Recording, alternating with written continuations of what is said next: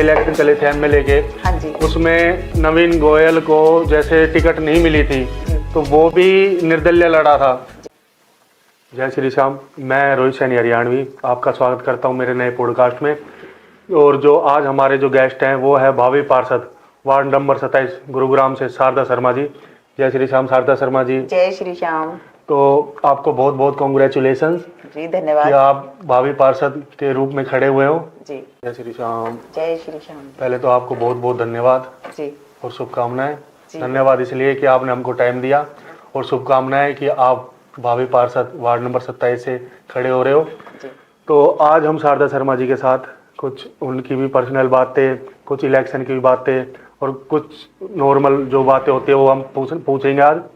तो अब मैं आपसे पहला क्वेश्चन ये करना चाहता हूँ कि आपने मतलब क्या सोच के आप मतलब इस वार्ड नंबर 27 में आप खड़े हो रहे हो पार्षद में? जी। हाँ जी। पहली तो हमारी सबकी जितने भी हमारे वार्ड के लोग हैं उन सबकी इच्छा है कि भाई हमारे वार्ड से एक सशक्त महिला को आगे आना चाहिए जो हर महिला की काम को समझेगी भी। और बहुत सी महिलाएं ऐसी हैं जो अपनी बात नहीं कह पाती है। पहले जो पार्षद से जितने भी पार्षद थे तो उनसे मिलना जुलना, अपना काम बताना, तो वो उनको ढूंढते रहते थे थोड़ा, है ना। तो उनको अपने बीच से ही पार्षद चाहिए कि जिसको हम जल्दी से अपना बता दें कि भाई ये काम हमारा अटका हुआ है, चाहे वो छोटे से काम हो। हमने अभी जैसे सफाई अभियान शुरू कर रखा है। हाँ जी बिल्कुल, मैंने देखा। अभी नवनिर्मित हमारे विधायक जी बने हैं मुकेश शर्मा पहलवान जी, तो उन्होंने एक टारगेट रखा है 100 दिन का गुरुग्राम क्लीन गुरुग्राम ग्रीन गुरुग्राम। हाँ जी, हाँ जी। तो उसके लिए हम ऊपर काम कर रहे हैं और हमने अपने पूरे वार्ड की सफाई कराना,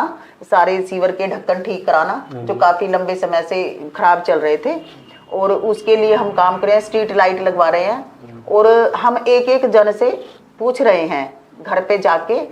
इसीलिए हमने एक छोटा सा अपना कार्यालय भी बनाया है कि किसी की कोई भी शिकायत है तो वो आकर हमारे कार्यालय में अवश्य बताए। हम उस पे जरूर संज्ञान लेंगे और उसके ऊपर तुरंत कार्रवाई करेंगे। और इस कार्रवाई को करने के लिए सब लोगों ने लगा कि हाँ शारदा शर्मा सक्षम है, वो इस कार्य को बहुत अच्छी तरह से कर सकती है, तो इसलिए उन्होंने मेरे को चुना है कि आप हमारी भावी पार्षद बने। और अगर ईश्वर की इच्छा रही, हमारे भाई एमएलए हैं मुकेश शर्मा जी और हमारे कमल यादव जी हैं जिलाध्यक्ष हैं, हमारी महिला मोर्चा की सोनिया यादव जी हैं, और हमारी जो प्रदेश की अध्यक्ष हैं उषा प्रियदर्शनी दीदी, तो उन सबके आशीर्वाद रहा तो हमें टिकट भी मिलेगी बीजेपी से और हम इलेक्शन भी लड़ेंगे और जीत कर आएंगे। ओके, तो दूसरा आपसे क्वेश्चन ये है कि जैसे बाय चांस आपको टिकट नहीं मिलती जी, तो आप फिर भी इलेक्शन लड़ोगे या आप जिसको टिकट मिली आप उसके साथ चले जाओगे? नहीं, ये हमारा संगठन में हमने यही सीखा है कि जिसको भी भारतीय जनता पार्टी काबिल समझेगी, जिसको भी वो प्रत्याशी बनाएगी, तो हम तो सिर्फ कमल के फूल के साथ हैं। जिसको भी कमल के फूल की टिकट मिलेगी भारतीय जनता पार्टी की, हम उसके साथ हैं। हाँ जी। और तीसरा क्वेश्चन आपसे ये है, जैसे पहले इलेक्शन चले थे एमएलए के। हाँ जी। उसमें नवीन गोयल को जैसे टिकट नहीं मिली थी तो वो भी निर्दलीय लड़ा था। बाद में फिर वो क्या कहते हैं मतलब क्वेश्चंस होने लग गए तो उसने ये मतलब जाहिर करा था कि अगर मैं इलेक्शन जीत जाता हूँ तो मैं मतलब भारतीय जनता पार्टी में आऊँगा। तो आप मतलब इस बारे में क्या कहना चाहोगे? ये उन्होंने जरूर सोचा था। उन्होंने नहीं सोचा होगा कि भाई वो बीजेपी से बाहर जाने की गलती कर बैठे हैं। देखो, अगर वो बीजेपी के साथ रहते, बहुत पुराने कार्यकर्ता है, अगर बीजेपी के साथ रहते तो उन्होंने समाज में अच्छा कार्य कर रखा था। वो बहुत अच्छी एक उनके लिए इमेज है। भारतीय जनता पार्टी ने पहले भी उन्हें पर्यावरण मंत्री बना रखा था, है ना। अब भी उनको बहुत अच्छी पोस्ट मिलती। भारतीय जनता पार्टी के साथ मिलकर काम करना बहुत अच्छी बात है। आज हमारे राष्ट्र की सबसे बड़ी जो बीजेपी पार्टी बनी हुई है, वो पूरे विश्व में उसका, हमारी बीजेपी पार्टी का सभी लोग जो है तारीफ करते हैं कि बहुत अच्छा काम कर रही है। देश हित में, समाज हित में और हमारे धर्म को आगे बढ़ाने के लिए सिर्फ और सिर्फ बीजेपी ही है और कोई विकल्प है ही नहीं। और जो आपने अभी देखा होगा कि 370 का मुद्दा था जो सबको नामुमकिन लगता था कि ये तो हो ही नहीं सकता कभी, लेकिन वो मुमकिन किया। हमारे यशस्वी प्रधानमंत्री नरेंद्र मोदी जी ने डिसीजन लिया, 370 हट गई और राम मंदिर का निर्माण हो गया। और देश हित में इतने कार्य किए हैं, मिलिट्री फोर्स हो या हमारे ग्राउंड लेवल पे हो, उन्होंने शीर्ष तक बहुत अच्छे काम किए हैं भारतीय जनता पार्टी ने। और आपको अगला क्वेश्चन ये है कि मुकेश शर्मा जी ने एक चीज़ की मुहिम मतलब एक चीज़ और बोला था जब मतलब इलेक्शन में खड़े थे, तो उन्होंने बोला था कि पीजीआई और एम्स बनना चाहिए, ये जो हमारा पुराना जो सिविल हॉस्पिटल है। तो काफ़ी बंदे ये मतलब पॉइंट कर रहे हैं कि वो मतलब एमएलए बन चुके हैं, लेकिन वहाँ पे अभी तक कोई भी काम मतलब कार्य कुछ शुरू नहीं हुआ। उस पर आप क्या कहना चाहोगे? जी, तो उस मीटिंग में मैं भी थी। हमारी कैबिनेट मंत्री जी की सुपुत्री हैं आरती राव जी आई, और वो मंत्री भी बनी हुई है। और उसमें हमारे एमएलए साहब मुकेश शर्मा जी, पटौदी की एमएलए, सभी, बिमला देवी, सभी उसमें उपस्थित थे। और उसमें उन्होंने हमारे पूरा हमें दिखाया था मॉडल उनको, और बहुत अच्छा हमारे गुरुग्राम का नंबर 1 सिविल हॉस्पिटल बनेगा, इसी स्थान पे बनेगा। उन्होंने कोई डेट फाइनल नहीं की थी। उन्होंने बोला था कि दिसंबर के महीने में ही हम नींव रखने की कोशिश करेंगे, कि दिसंबर के महीने में नींव रख देंगे और बहुत ही फास्ट लेवल से उस पर कार्य करेंगे। नहीं, वो नींव रख देंगे, बट वो मतलब अभी तक कुछ मतलब उसमें कार्य हुआ ही नहीं है और नींव रखी नहीं गई अभी तक। तो कार्य उसका बहुत अच्छे से चल रहा है, और बहुत सारे लोग आए थे जो टेंडर लेते हैं हॉस्पिटल बनाने के लिए। तो जिनका टेंडर पास होगा वो तुरंत कार्रवाई कर देंगे। ये चंचल कौशिक जी के बारे में आप क्या कहना चाहोगे? जी, अगर भारतीय जनता पार्टी उनको टिकट देती है तो भी हम उनके साथ हैं। जी। और आपका अगला क्वेश्चन ये है, जैसे कि आप मतलब आप कार्य तो अभी भी कर रहे हो, हाँ जी, अच्छी बात है। अगर बाय चांस आपको टिकट नहीं मिलती, तो आप क्या मतलब जो आपने जो मुहिम छेड़ रखी है सफाई आंदोलन की, और काफी काम तो पर्सनली मैं करवा भी चुका हूँ, सफाई का भी, सीवर का भी, सब चीजें काम करवा चुका हूँ। हम कार्ड भी बना रहे हैं, आयुष्मान कार्ड बना रहे हैं। बीजेपी की जितनी भी योजनाएं हैं सब हम अपने कार्यालय में काम करवा रहे हैं। जैसे वो 70+ वाले आयुष्मान कार्ड बनवाए हैं हमने बहुत सारे लोगों के। अभी हम और पेंशन बनवा रहे हैं, वो चाहे बुढ़ापा पेंशन हो, विडो पेंशन हो, या विकलांग के लिए है। हम सब जितनी भी गवर्नमेंट ने हमारी योजनाएं लागू की हुई है वो सारा लाभ हम जन जन को दिला रहे हैं। अब जैसे आप मतलब आपको टिकट नहीं मिलती, आप जो कार्य कर रहे हो अभी फिलहाल, तो आप आगे भी करते रहोगे? ये हम कंटिन्यू करते रहेंगे।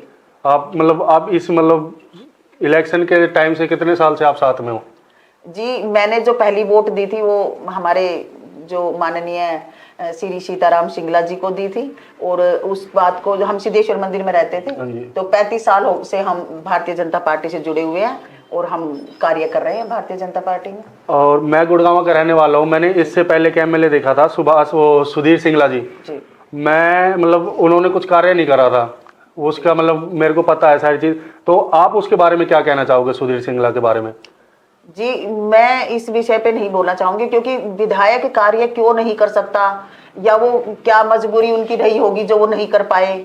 अभी कुछ उनका हेल्थ का भी इशू चल रहा था कि भाई उनकी हेल्थ प्रॉब्लम भी हो रही है। तो ये तो वो ही बता सकते हैं कि भाई आप जो हमारे पूर्व एमएलए रहे हैं सुधीर सिंगला जी, तो ये क्वेश्चन आप उनसे कर सकते हो कि भाई कैसे वो क्यों काम नहीं कर पाए। और एक चीज आपसे और पूछनी है, जैसे अब सफाई आंदोलन आपने कर रखा है, मतलब साफ सफाई करवानी है हर जगह। हाँ जी। तो ये आप किस एरिया में मतलब ये चीज आपने चालू करी है? ये हम पूरे गुरुग्राम में। ये ऐसा नहीं है कि जैसे आप वार्ड नंबर 27 से मतलब खड़े हो रहे पार्षद से, या वार्ड नंबर 27 में करवा रहे हो, या मतलब पूरे गुरुग्राम में, पूरे गुरुग्राम से जहाँ से भी हमारे पास शिकायत आ जाती है हम वहीं से ही एमसीजी वालों को बोल के सारा कूड़ा कचरा जो है वो उठवाते हैं और क्लीनिंग कराते हैं, पूरे में झाड़ू वगैरह सफाई कराते हैं। और ये अपना लोड पब्लिक स्कूल है, वहाँ पे 1 महीने से भरा हुआ था पानी, जिसमें स्कूल के बच्चे बहुत ज्यादा परेशान हो रहे थे।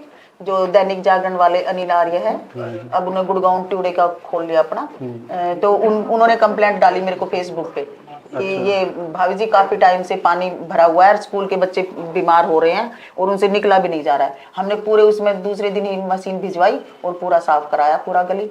फिर वो उन्होंने धन्यवाद भी किया हमें कि भाई इतनी तुरंत प्रभाव से आपने ये कार्य कराया। और एक चीज, काफी चीजें होती है ना, जैसे आधे बंदे ऐसे होते हैं कि वार्ड नंबर 27 है तो वार्ड नंबर 27 में काम कर रहा है, गुड़गांव के अंदर काम नहीं करना। तो आप मतलब उन बंदों के लिए आप क्या कहोगे? मेरा मानना तो ऐसा है कि पूरा गुड़गांव ही हमारा है। कभी भी ये नहीं सोचे कि भाई वार्ड नंबर 27 हमारा है या वार्ड नंबर 20 हमारा है, 18 हमारा है, नहीं, पूरा गुड़गांव को साफ रखने की हमारी खुद की जिम्मेदारी है। और मैं सबसे अपील भी करना चाहूंगी कि वो बिना बात गलियों में कचरा ना डालें, क्योंकि हर घर से कचरा उठाने वाली आती है, रेहड़ी आती है, गाड़ी आती है ना, तो उसमें ही कचरा डाले। क्योंकि हमारा जैसे हम अपने घर को क्लीन रखते हैं, ऐसे ही अपनी गली को क्लीन रखें, अपने शहर को क्लीन रखें। इसमें एक वार्ड की बात नहीं होती, पूरे गुड़गांव हरियाणा का हमारी जिम्मेदारी होती है। देश का एक एक सदस्य को चाहिए। पहले दीदी हम वो पहले जब कातक नहाते थे, सफाई करते थे, तो हम सब अपने गली को कितनी दूर तक साफ करके आते थे, कितनी दूर दूर तक हम अपनी गली में झाड़ू लगाते थे, घर के आसपास के एरिया में। तो अब सबकी जिम्मेदारी बनती है अपने घर के आसपास वो स्वच्छता रखे, स्वच्छ भारत बनाए, है ना जी। अब एक चीज और है, जैसे सपोज करो जैसे अब कूड़ा आपने उठवा दिया, मतलब कचरा उठवा दिया, बाय चांस अगर फिर से मतलब उसी जगह कचरा डालने लग रही पब्लिक, आप फिर बार बार उससे साफ सफाई करवा रहे हो। हाँ जी, ये भी आ रही है। तो फिर आप मतलब फिर उसके बारे में क्या सोचते हो कि हम सफाई भी करवा रहे हैं, डेली डाल रहे हैं, कुछ वो सुधरने में टाइम लगेगा थोड़ा, लोगों को आदत पड़ी हुई है ना वो वही डालने की, कचरा डालने की बार बार। और हमने उनको बोला भी है कि प्लीज आप ऐसा ना करें, क्योंकि ये आपको उसी रास्ते से निकल कर ही जाना है अपने घर में। घर कितना भी साफ हो, जब गली ही खराब है, गली में से ही तुम सफाई में से नहीं निकलोगे तो कीटाणु तो वहीं से ही लग जाएंगे आपको, है ना। और उसमें छोटे छोटे जैसे कुछ ना कुछ कीड़े वीड़े पैदा हो जाते हैं। अगर गली में कचरा पड़ा रहेगा, बारिश भी आ जाती है, पानी भी भर जाता है, तो फिर उसमें कीड़े पैदा हो जाते हैं। अगर गली को साफ नहीं रखेंगे, मोहल्ले को साफ नहीं रखेंगे, तो घर साफ रखने से क्या फायदा होगा। और एक क्वेश्चन आपसे एक हो रहा है कि जैसे अब ये मतलब वायर जा रही है बिजली की जी, अब जिसके घर के सामने से जा रही है, हाँ जी, तो उनको मतलब कष्ट होता है, हाँ जी, कि बाय चांस कोई बच्चा हाथ नहीं लगा दे, तो आप मतलब इस चीज पे क्या सोचते हो, और अब इस पे कार्रवाई होनी चाहिए नहीं होनी चाहिए? इस पे कार्रवाई होनी चाहिए, और हमने इसमें डाली हुई है कंप्लेंट भी। और इसमें सारी वायर जो है वो अंडरग्राउंड होगी। कुछ तो हमारी जो मेन पावर के हैं उनकी अंडरग्राउंड हो चुकी है, रोड में तारें डल चुकी हैं। और जितने भी ये स्ट्रीट लाइट लगी हुई है, खंभों पे जो ये जाल गुच्छा बना हुआ है तारों का, वो सब हम साफ कराएंगे। और अभी पानी की भी समस्या हमारे पास आ रही थी कि कई जगह पानी जो है वो बहुत गंदा आ रहा है, उसके लिए भी हमने कंप्लेंट डाली हुई है। तो कोई भी जन जन की समस्या का समाधान हम करेंगे, ये हमारा वादा है सबसे। पानी गंदा रहा वो अंडरग्राउंड पहले बीच में भी शायद कार्य चल रहा था उसका, बट वो बीच में बंद हो गया था। फिर बंद होने के बाद तो काफी बंदों को समस्या यही आ रही है कि पानी उसके जरिए गंदा आ रहा है, कि वो पाइपलाइन फूट गई है।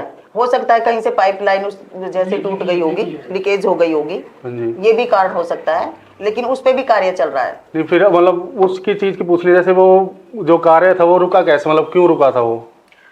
वो बीच में थोड़ी समस्या आई क्योंकि हमारे इलेक्शन आ गए थे, तो कुछ हमारे जो बैठे हुए हैं, हमारे जो अधिकारी बैठे हुए हैं, अब उनकी ट्रांसफर भी करा दी गई है कि जिन अधिकारियों ने तुरंत प्रभाव से कार्य नहीं किया, उस काम को ज्यादा से ज्यादा उन्होंने बढ़ावा दे दिया, गड्ढे खुदवा के डाल दिए जिसमें बच्चे गिरने का भी डर रहा और बहुत लोगों को परेशानी भी हुई। गाड़ियां भी फंसी है और बारिश में कई बार लोगों की बाइक गिर गई, तो ये समस्या बहुत ज्यादा फेस करी है लोगों ने। तो उसके लिए उन लोगों को हमने यहाँ से ट्रांसफर करा दी है जिन अधिकारियों ने इस पे तुरंत प्रभाव से कार्य नहीं किया। और एक और चीज है, जैसे अब एमसीजी है, निगम है, हाँ जी, वहाँ पे 100 में से 80% काम पैसे खा के होते हैं। अब वो सरकार चाहे किसी की भी हो, तो आप मतलब उस पे क्या कहोगे कि ये चीज रुकनी चाहिए या नहीं रुकनी चाहिए? ये भ्रष्टाचार के उसमें आ जाता है। हाँ, गरीब आदमी तो फिर वो पैसे देता ही रहता है, जिसकी जो पहुंच है वो तो फिर मतलब अपना काम करवा ही लेता है। नहीं, एमसीजी में किसी ने भी 1 रुपया भी लेकर काम नहीं करना चाहिए। एमसीजी में सबको सरकारी तनख्वाह मिलती है, जो सभी कर्मचारियों की बहुत अच्छी तनख्वाह है, बहुत अच्छी सैलरी है उनके लिए। और जो सरकारी कर्मचारी है उसके लिए एक भी पैसा हराम होना चाहिए, कि उसको अपनी ईमानदारी से अपना कार्य पे ध्यान देना चाहिए कि भाई मुझे जिस कार्य को करने के लिए नियुक्त किया गया है उसकी मुझे सैलरी मिल रही है। तो वो अननेसेसरी लोगों को परेशान ना करें, ये उनको शोभा नहीं देता है किसी भी अधिकारी को कि वो किसी अननेसेसरी किसी से पैसे मांगे। नमस्कार जी, मैं वीरेंद्र वर्मा, फ्रेंड्स कॉलोनी निवासी। मैं शारदा शर्मा जी के ऑफिस में आया था और हमारी कुछ फ्रेंड्स कॉलोनी की कुछ प्रॉब्लम्स थी, समस्याएं थी, जैसे कि कूड़े की प्रॉब्लम थी, सड़क की प्रॉब्लम थी, ठीक है जी, काफ़ी प्रॉब्लम थी। तो मैंने इनकी नॉलेज में डाला और इन्होंने तत्काल प्रभाव से वो सारी प्रॉब्लम को रिजोल्व कर दिया है। और मुझे पता चला कि इनके ऑफिस में कुछ सरकारी योजनाएं का काम भी चल रहा है। तो फिर मैंने आयुष्मान कार्ड के लिए भी अप्लाई किया था, तो भाभी ने तत्काल प्रभाव से आयुष्मान कार्ड भी बनवा दिया है और इसका मैं तहे दिल से धन्यवाद करता हूं अपनी शारदा शर्मा भाभी जी का, और शुभकामना देता हूं कि आप वार्ड नंबर 27 से विजयी रहें और पार्षद बने। धन्यवाद। और मैं फ्रेंड्स कॉलोनी से ही हूँ, शारदा जी के ऑफिस में आई हुई हूँ। तो हमारी फ्रेंड्स कॉलोनी की समस्याएं हैं, जैसे सफाई की। अब 2 दिन से तो सफाई अच्छी चल रही है। कल भी हमारे यहाँ काफ़ी झाड़ू वाली आई थी, सफाई करती रही है। और गड्ढे हैं वो भी थोड़े, इतने ज़्यादा तो नहीं है, लेकिन फिर भी गड्ढे की समस्या तो थोड़ी है ही। बिजली भी आ रही है अब तो जब से। और मैं यही चाहती हूँ कि शारदा जी हमारे वार्ड नंबर 27 से ही भावी उम्मीदवार बने, और जिसमें कि हमारा इसका इनके साथ सहयोग है और सभी काम अच्छे होंगे। तो आप सभी का सहयोग भी और हमारा से धन्यवाद। जय श्री राम। मैं पिंटू अपनी फ्रेंड्स कॉलोनी से। ये हमारी आंटी हैं शारदा शर्मा जी, बहुत अच्छे से ये काम करती हैं। अभी जैसे कि सफाई देख लो, पूरी गलियों में इतना अच्छा सफाई हो रही है। कूड़े वाला आता है, सुबह ही सारा कूड़ा उड़ा के लेके जाता है ये। पर बहुत अच्छा काम कर रही है ये। जो भी अगर कहीं कूड़ा दिखता है, कोई भी ज़्यादा कूड़ा इकट्ठा करता है, तो इनके लिए फ़ोन करो, तुरंत ये कार्रवाई करती हैं और कूड़े वाली गाड़ी बुला के कूड़ा उठवाती हैं। बहुत अच्छा काम कर रही हैं। बस ऐसे ये काम करते हैं, बस हम इनके साथ हैं। नमस्कार जी, मेरा नाम दीपांकर सैनी है और मैं फ्रेंड्स कॉलोनी का निवासी हूँ। यहाँ पे शारदा जी काफ़ी अच्छा काम कर रही हैं, साफ सफाई टाइम से रहती है। और मतलब मेरे जो दोस्त उनको कहना है, वो भी आगे कहते हैं कि यहाँ पे काफ़ी सफाई रहती है। और कोई भी समस्या आती है तो मैं इनके पास आता हूँ, ये जल्द से जल्द कार्रवाई करती है। और आशा करता हूँ कि ये विजय रहे। तो आपका यही क्वेश्चन थे सारे के सारे जो मैं सोच के आया था घर से। बाकी आपसे बात करके बहुत अच्छा लगा। थैंक यू, और हमें भाई भी बहुत अच्छा लगा। हाँ आपका जी। स्वागत, बहुत बहुत वेलकम। और आप आते रहिएगा, बिल्कुल बिल्कुल हमसे मिलते रहिएगा। और ये हमारी आंटी जी हैं शारदा शर्मा जी। मेरा खास मन था कि मैं इनके साथ एक पॉडकास्ट शूट करूं, तो आज वो मेरा जो था मन वो आज पूरा इन्होंने कर दिया। इनसे टाइम लिया पहले तो मैंने, फिर ये नहीं हो, क्योंकि ये ज़्यादा बिजी रहते हैं। पता नहीं कभी किसी कार्य में बिजी हो जाते हैं, कभी किसी कार्य में बिजी हो जाते हैं। तो आपसे मिलकर बहुत अच्छा लगा। और Thank भाई you, हमें आप भी बहुत अच्छा लगा। धन्यवाद धन्यवाद। और हमारा बच्चा है, बहुत तरक्की करेगा। और हमारे इलेक्शन में भी आपने बहुत सपोर्ट किया। बिल्कुल, अभी बिल्कुल। विधानसभा में आपने जी जान से हाँ काम जी, किया हाँ हमारे जी, साथ हाँ में। और आप बहुत सारी परेशानियां भी आई, लेकिन उसके बाद भी आप उसमें लगे रहे, तो बहुत अच्छी बात है। बाकी आप इस वीडियो को लाइक, कमेंट, शेयर और ज़्यादा से ज़्यादा कमेंट करें। जय हिंद, जय भारत, जय श्री राम। थोड़ा थोड़ा ना सब